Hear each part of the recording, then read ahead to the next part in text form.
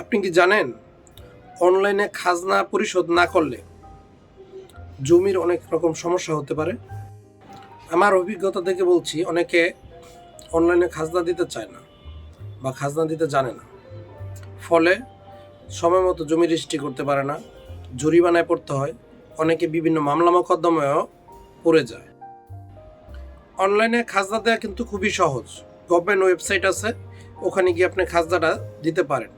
চাইলে আমার কিছু ভিডিও আছে, ওই ভিডিওগুলো দেখতে পারেন। আর অনলাইনে খাজনার জন্য এখন বর্তমানে কোনো ভূমি অফিসারের স্বাক্ষর প্রয়োজন হয় না। এই যে এরকম একটা নমুনা আমি আপাতত দেখাচ্ছি, সারা বাংলাদেশে একই রকম এরকম সাদা পেজের মধ্যে আসবে। চাইলে আমার থেকে সহায়তা নিতে পারবেন। আমার কমেন্ট বক্সে কমেন্ট করবেন, আমি যতটুকু পারি সহায়তা করবো ইনশাল্লাহ।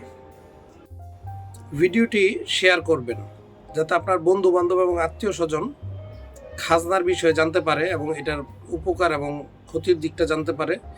এবং ফেসবুকে আমার পেজটা ফলো করবেন এবং ইউটিউবে আমার চ্যানেলটি সাবস্ক্রাইব করবেন। ধন্যবাদ।